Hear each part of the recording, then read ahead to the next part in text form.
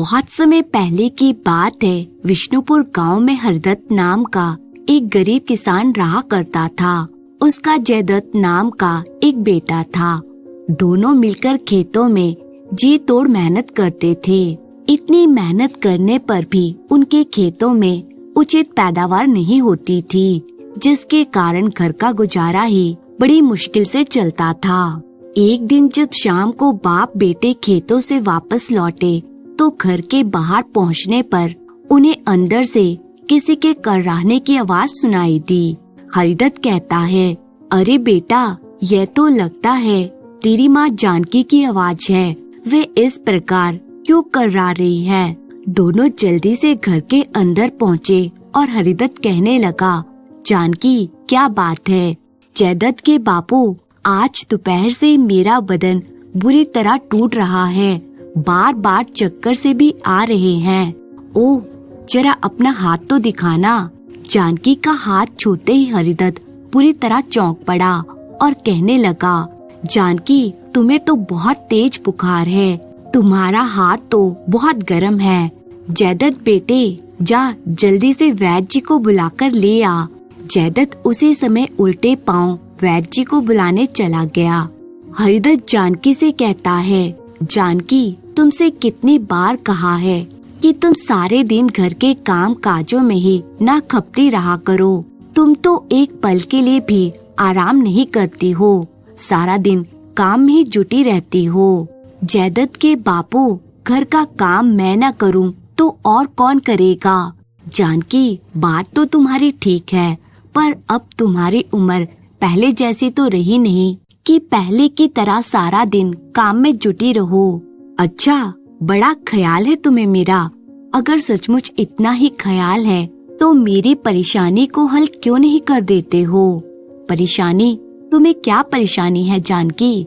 मेरी परेशानी यह है, अब इस बुढ़ापे में मुझसे घर का काम काज नहीं किया जाता, इसलिए मेरा हाथ बटाने के लिए मुझे चांद सी बहू ला दो। ओह, तो तुम जयदत्त का विवाह कराना चाहती हो?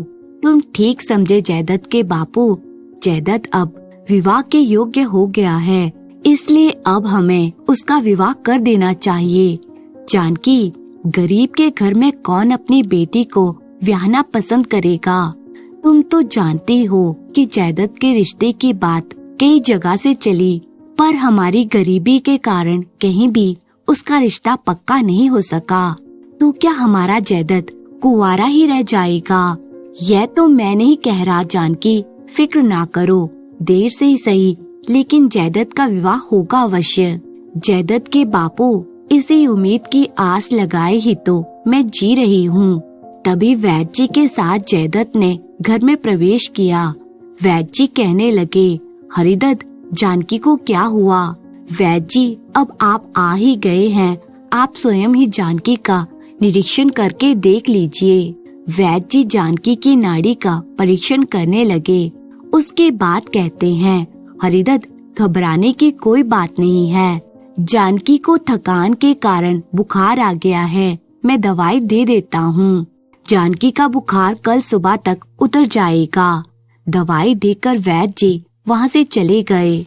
इस घटना के 2 दिन पश्चात रात को एक आदमी ने हरिदत्त के दरवाजे पर दस्तक दी। दस्तक की आवाज सुनकर हरिदत्त कहता है, इतनी रात गए, कौन हो सकता है? अभी मैं दरवाजा खोलकर देखता हूँ। हरिदत्त ने दरवाजा खोला और पूछा, कौन है आप? भाई, मैं पास के ही गांव का निवासी शंभुनाथ हूँ। मैं अपने गांव की ओर जा रहा था कि राह में ही रात हो गई। आजकल रात में सफर करना बड़ा जोखिम भरा काम हो गया है। क्या आज की रात के लिए मुझे आपके यहाँ ठहरने की इजाजत मिल सकती है? हाँ हाँ, क्यों नहीं, इसे अपना ही घर समझो। आओ, अंदर आ जाओ। धन्यवाद भाई। अंदर आकर हरिदत्त ने जानकी से कहा, जानकी, घर में अतिथि आए हैं, उठो, इनके लिए भोजन का प्रबंध करो। अच्छा जी। जानकी उठी और उसी समय खाना बनाने में जुट गई। हरिदत्त और जयदत्त ने बड़े प्रेम से शंभुनाथ को भोजन कराया। उसके बाद हरिदत्त अपने बेटे को कहता है, बेटा जयदत्त, शंभुनाथ जी बड़े थके हुए हैं, इसलिए अब तुम इनके पाँव दबा दो। अरे नहीं नहीं, ये क्या कह रहे हो हरिदत्त जी? बेटे जयदत्त को परेशान ना करो। परेशानी? कैसी परेशानी शंभुनाथ जी? घर आए अतिथि का स्वागत सत्कार करना तो हमारा फर्ज है। शंभुनाथ जी उनकी सेवा भावना देखकर अत्यंत प्रसन्न हुआ और सोचने लगा, इस घर के लोग कितने अच्छे हैं। जब से मैं आया हूँ मेरे ही स्वागत सत्कार में जुटे हुए हैं। दूसरे दिन जब शंभुनाथ अपने गांव जाने लगा तो हरिदत्त से कहता है, हरिदत्त जी मैं आपसे कुछ कहना चाहता हूँ। कहिए शंभुनाथ जी, आप क्या कहना चाहते हैं? हरिदत्त जी, मेरी एक बेटी है जिसका नाम कुसुम है। मैं उसका विवाह आपके बेटे जयदत्त से करना चाहता हूँ। ये आप क्या कह रहे हैं शंभुनाथ जी? हम तो बड़े गरीब आदमी हैं। हरिदत्त जी, आप बेशक गरीब हैं, पर आप लोगों का दिल बहुत बड़ा है।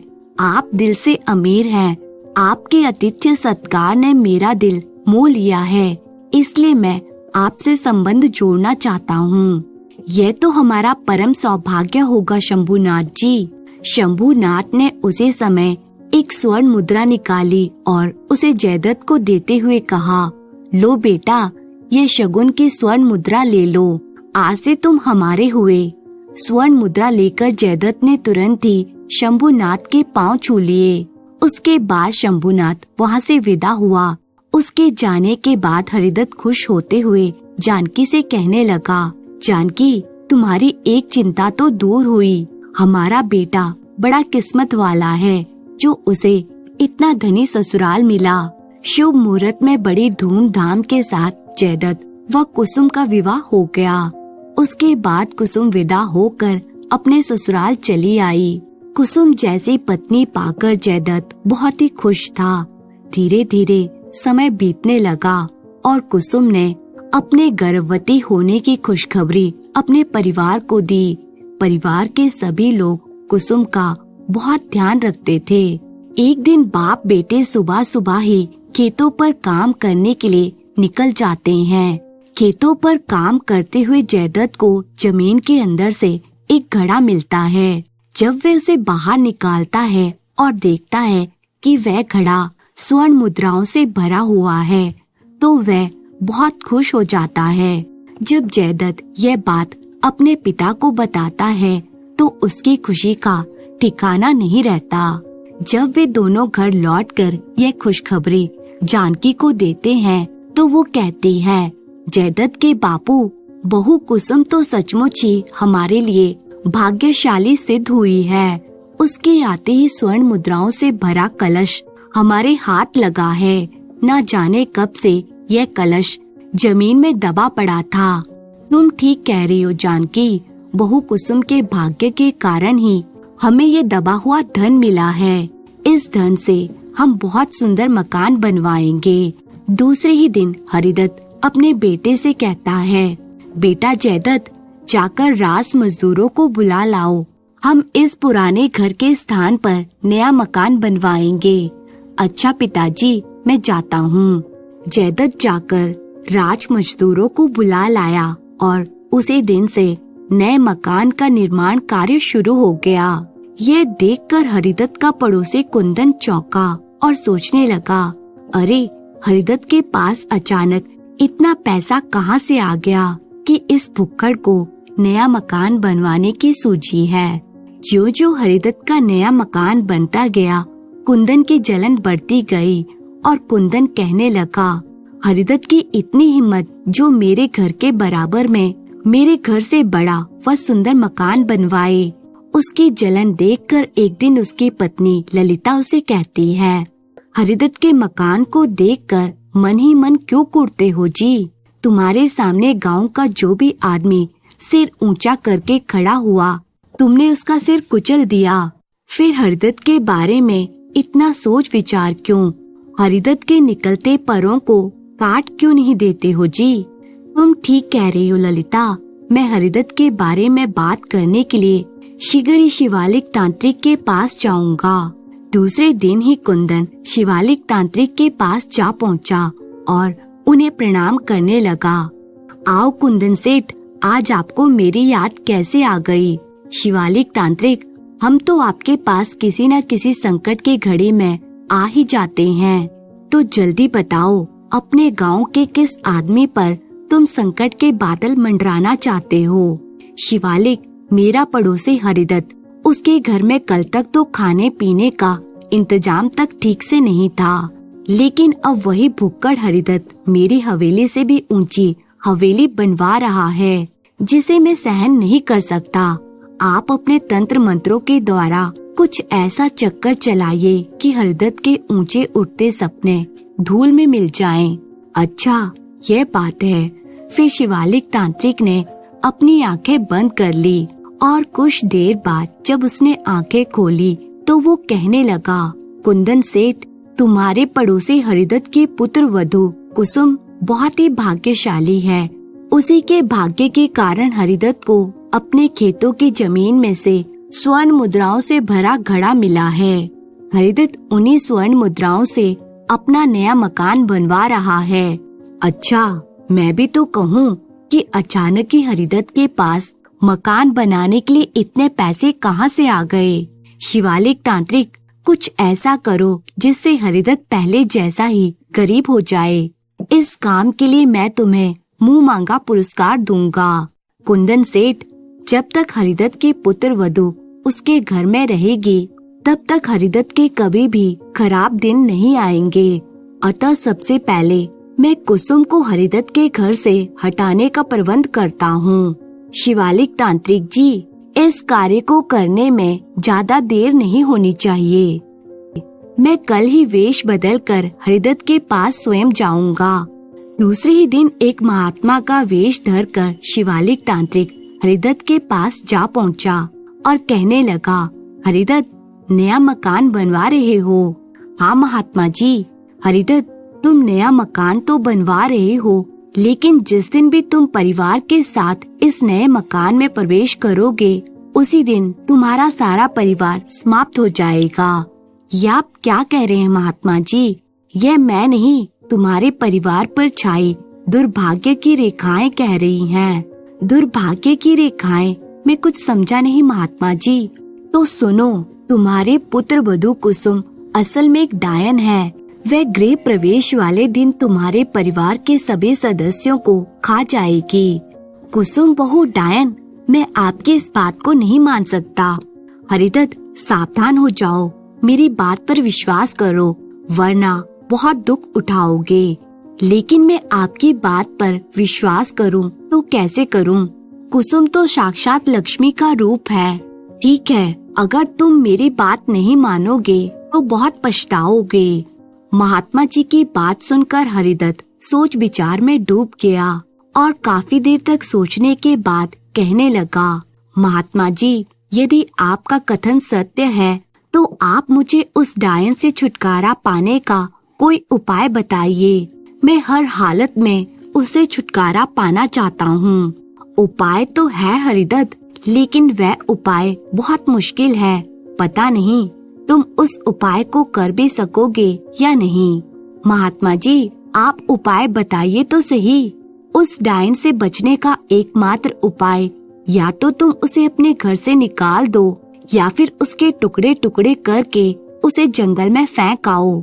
हरिदत्त शिवालिक तांत्रिक की बात सुनकर बुरी तरह चौंक पड़ा। उसे सोच विचार में डूबे देखकर शिवालिक कहने लगा, मैंने कहा था ना कि उपाय तो है, लेकिन तुम उस उपाय को कर नहीं सकोगे। महात्मा जी, आप गलत सोच रहे हैं। मैं हर हालत में कुसुम से पीछा छुड़ा लूंगा। हरिदत्त, इसी में तुम्हारा और तुम्हारे परिवार का कल्याण है। हमारी बात मानोगे तो सदैव सुख पाओगे। इतना कहकर शिवालिक वहाँ से वापस चला गया। उसके जाने के बाद हरिदत्त ने जयदत्त को अपने पास बुलाया और कहने लगा, जयदत्त बेटा, तुमने आज तक मेरी कोई बात नहीं टाली है। जो बात मैं आज तुम्हें बताने वाला हूँ, तुम्हें हर हालत में उसे पूरा करना है, तभी हमारे परिवार का कल्याण संभव है। आज्ञा दीजिए पिताजी कि मुझे क्या करना है। तो सुनो, तुम्हें आज रात को अपनी पत्नी कुसुम को मौत के घाट उतारना होगा। क्या ये आप क्या कह रहे हैं पिताजी? जयदत्त चौंको मत, मैं सही कह रहा हूँ। तुम्हारी पत्नी कुसुम असल में एक डायन है और उसके घर में रहते हुए किसी का भी भला नहीं हो सकता। पिताजी, मैंने आज तक आपकी हर आज्ञा का पालन किया है, पर अब मैं आपकी इस आज्ञा का पालन नहीं कर सकता। मैं अपनी पत्नी कुसुम को मौत के घाट नहीं उतार सकता। वह मेरी पत्नी है और मैं उससे बहुत प्यार करता हूँ। पता नहीं किसने आपके दिमाग में कुसुम के बारे में ये गलत धारणा डाल दी है। अगर आपको ऐसा ही लगता है कि कुसुम कोई डायन है, तो मैं और कुसुम आज ही ये घर छोड़कर जा रहे हैं। आप बेफिक्र होकर आराम से अपने घर में रहिए। बेटे जयदत्त, मुझे तुमसे यह उम्मीद नहीं थी। उसके बाद जयदत्त अपनी पत्नी कुसुम के पास जाता है और उसे सारी बात बताता है। सारी बात जानकर कुसुम कहती है, बूढ़े सास ससुर को अकेले छोड़कर मैं कैसे जा सकती हूँ। कुसुम, मोह को छोड़ो और इसी समय मेरे साथ चलने की तैयारी करो। और कुछ ही देर बाद दोनों गांव छोड़कर चल पड़े।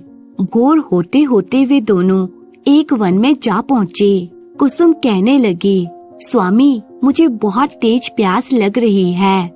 कुसुम, तुम यहीं ठहरो, मैं कहीं से पानी खोजकर लाता हूँ। कुसुम को वहीं पर छोड़कर जयदत्त पानी की खोज में चल दिया। कुछ दूर जाने पर उसे एक झरना दिखाई दिया। जयदत्त झरने के पास पहुँचा और जैसे ही पानी लेने के लिए नीचे झुका, एक पत्थर आकर उसके सर पर लग जाता है। पत्थर के तेज वार के कारण जयदत्त बेहोश होकर नीचे गिर जाता है। तभी वहाँ दो जंगली भागते हुए आए और जयदत्त को देखकर कहने लगे, ओ, चिड़िया के स्थान पर यह तो कोई आदमी हमारी गुलेल का निशाना बन बैठा है। यह तो बुरी तरह घायल हो गया है। इसे उठाकर कबीले में ले चलो। वहाँ कबीले के वैद्य जी इसकी चोट का उपचार कर देंगे। दोनों जंगली बेहोश जयदत्त को उठाकर कबीले की ओर चल पड़े। वे उसे कबीले के सरदार के पास ले आए। सरदार कहने लगा, कौन है यह? सरदार, यह आदमी हमारी गुलेल के वार से घायल होकर बेहोश होकर गिरा पड़ा था। तब तो जल्दी से कबीले के वैद्य जी को बुलाकर लाओ, वही इस घायल आदमी का उपचार करेंगे। तभी एक आदमी वैद्य जी को बुलाने चला जाता है। दूसरी ओर जब कई घंटे बीत गए तो कुसुम परेशान हो उठी और सोचने लगी, बहुत देर हो गई है, स्वामी पानी लेकर क्यों नहीं लौटे? कहीं वे किसी मुसीबत में तो नहीं फंस गए हैं। कुसुम सांझ ढले तक वहीं पर बैठी जयदत्त के लौटने की प्रतीक्षा करती रही, पर जब वे लौटकर नहीं आया तो वे सोचने लगी, कुछ देर बाद दिन छिपने वाला है, अब शायद स्वामी वापस नहीं आएंगे, इसलिए रात होने से पहले मुझे इस जंगल से निकल जाना चाहिए। अतः कुसुम दुखी हृदय से वहाँ से चल दी और सोचने लगी, एक एक करके परिवार के सभी सदस्य बिछुड़ गए। भगवान, ये तूने मुझ पर कैसी विपदा डाल दी है। फिर चलती रही और रात होने से पहले ही समीप के राज्य हीरा नगर में जा पहुंची और रात गुजारने के लिए एक सराय का दरवाजा खटखटाने लगी। एक स्त्री ने दरवाजा खोला। उसे देखकर कुसुम कहने लगी, बहन, मैं दुखियारी हूँ, क्या आज की रात मैं तुम्हारे यहाँ ठहर सकती हूँ? हाँ, क्यों नहीं। कुसुम ने वह रात उस सराय में ही काटी। सुबह होने पर सराय की मालकिन रमिया उससे बोली, बहन, तुम तो कोई परदेसी मालूम पड़ती हो, कहाँ जाना है तुम्हें? रमिया की बात सुनकर कुसुम की आंखों में आंसू आ गए। यह क्या, तुम तो रोने लगी, क्या बात है? तुम्हें जो भी दुख है मुझे बताओ। बहन, मैं बहुत दुखियारी हूँ, मेरा कोई ठौर ठिकाना नहीं है। यह सुनकर रमिया सोच में पड़ गई और कुछ देर सोचकर वे कुसुम से कहने लगी, बहन, तुम चाहो तो इस सराय में मेरे पास आराम से रह सकती हो। बहन, यह तुम्हारा मुझ पर बहुत उपकार होगा। उपकार कैसा? बदले में तुम सराय में रहने वाले मुसाफिरों का खाना बना दिया करना। ठीक है बहन, मुझे मंजूर है। दूसरी ओर कबीले के वैद के उपचार से दूसरे दिन बेहोश जयदत्त को होश आया तो सरदार ने उससे पूछा, युवक तुम कौन हो, तुम्हारा क्या नाम है? ये सुनकर जयदत्त ने हैरानी से सरदार की ओर देखा और कहने लगा, मैं कौन हूँ, मेरा क्या नाम है, मुझे कुछ याद नहीं है। जयदत्त की बात सुनकर सरदार ने आश्चर्य से पास बैठे वैद की ओर देखा। तब वैद ने उसे बताया, सरदार लगता है गुलेल से छोटे पत्थर की मार से ये आदमी अपनी याददाश्त खो बैठा है। ओह, यह तो बहुत बुरा हुआ। सरदार सोच में पड़ गया। फिर मन ही मन कुछ निर्णय लेकर वह जयदत्त से बोला, युवक आज से तुम्हारा नाम बलदेव है। आज से तुम हमारे दत्तक पुत्र हो। अब तुम हमारे पास ही रहकर अपना जीवन गुजारोगे। जो आज्ञा सरदार जी। इस प्रकार जयदत्त बलदेव के रूप में कबीले में रहकर दिन गुजारने लगा। दूसरी ओर कुसुम रमिया की सराय में रहकर सराय का कामकाज करके अपना जीवन यापन करने लगी।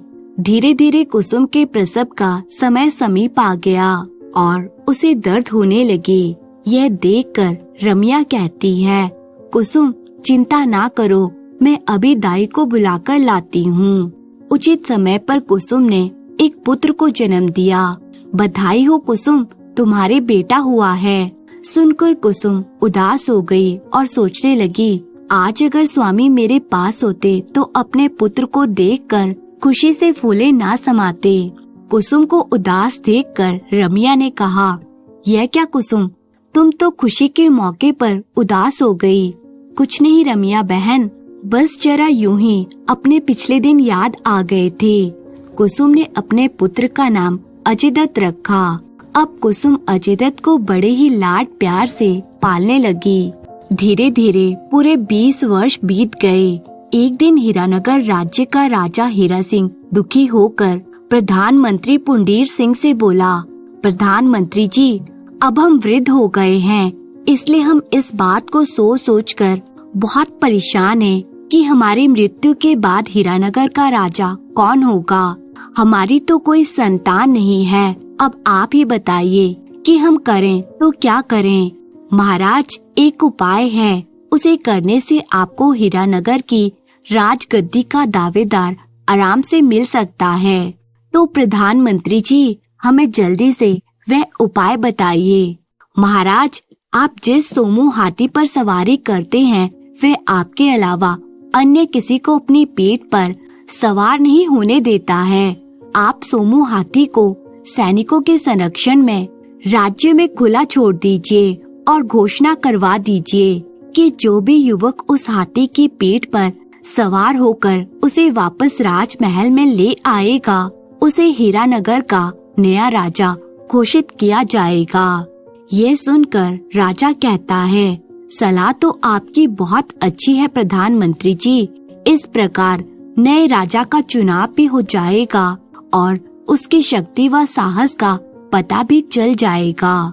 उसी दिन सोमू को सैनिकों की टुकड़ी के संरक्षण में हीरानगर राज्य की सड़कों पर छोड़ दिया गया और साथ ही साथ घोषणा की गई, सुनो राज्यवासियों सुनो, राजा हीरा सिंह के राजकीय हाथी सोमू को जो भी अपने वश में करके वापस राजमहल में पहुंचाएगा, उसे हीरानगर का नया राजा घोषित किया जाएगा।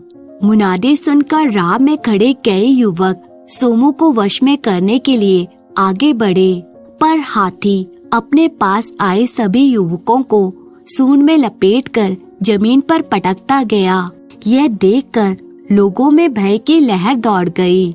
इस प्रकार सोमू हाथी हीरानगर की सड़कों पर से गुजरता हुआ रमिया के सराय के बाहर से गुजरा।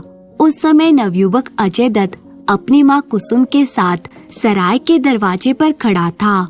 हाथी को देखकर वह कुसुम से बोला, माँ, यदि आज्ञा दो तो आगे बढ़कर मैं इस हाथी को अपने वश में कर लूं।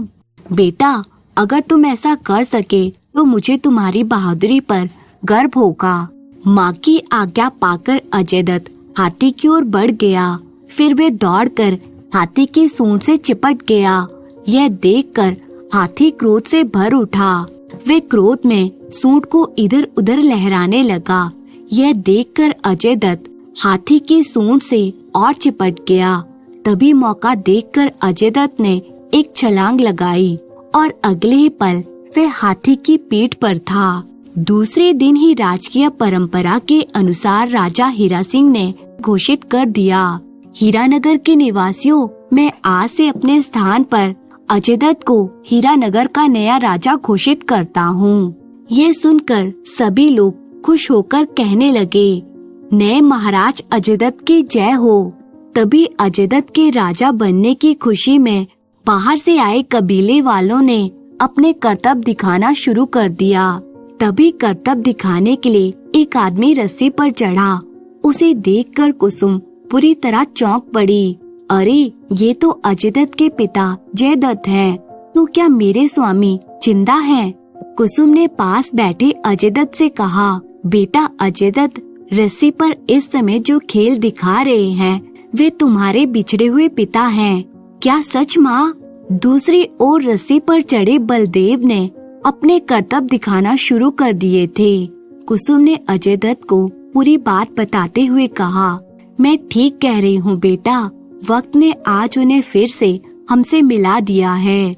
ये सुनकर अजय दत्त झटके से अपने स्थान से उठा और उसने घोषणा की, खेल को रोक दिया जाए। ये घोषणा सुनते ही रस्सी पर करतब दिखाते जय दत्त का संतुलन बिगड़ा और जय दत्त तेजी से जमीन पर गिरा और गिरते ही बेहोश हो गया। बहुत देर बाद जब उसे होश आया तो वह महल के एक राजकीय कक्ष में था। कुसुम को सामने पाकर वह चौंका और कहने लगा, कुसुम, तुम यहाँ? हाँ नाथ, इस देश का राजा हमारा बेटा अजय दत्त है। इस नाते मैं भी इस महल में हूँ। तभी कबीले के सरदार ने आगे बढ़कर जय दत्त से कहा, बेटा, तुम्हारी याददाश्त पूरे 20 वर्ष पश्चात वापस आई है। ये आप क्या कह रहे हैं बाबा? मैं ठीक कह रहा हूँ बेटा।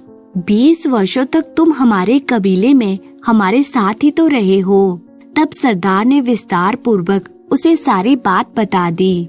सरदार से सारी बात जानने के बाद अजय दत्त कहने लगा, सरदार, हम तुम्हारे बहुत ऋणी हैं, जो आपने 20 वर्ष तक हमारे बिछड़े हुए पिता की देखरेख की।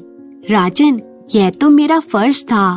तब अजय दत्त अपने पिता के पैरों में झुककर कहने लगा, पिताजी, मुझे आशीर्वाद दीजिए कि मैं सफलता पूर्वक हीरानगर का राज्य संभाल सकूं। बेटा, मेरा आशीर्वाद तो सदैव ही तुम्हारे साथ है। जय दत्त के आदेश पर अजय दत्त उसी दिन अपने दादा दादी की खोज में विष्णुपुर गांव में गया। वहां जाकर उसे पता चला कि उसके दादा दादी को तो कुंदन सेठ ने 20 वर्ष पूर्व भी मरवा दिया था और उनकी नई नवेली हवेली पर कब्जा कर लिया था। अजय दत्त ने उसी समय कुंदन सेठ को कारागार में डालने का आदेश दिया। तत्पश्चात गंगा नदी में उसने अपने दादा दादी की आत्मा की शांति के लिए पिंडदान किया। उसके बाद वह वापस हीरानगर लौटकर अपना राज्य चलाने लगा। दोस्तों, उम्मीद है आपको ये कहानी पसंद आई होगी।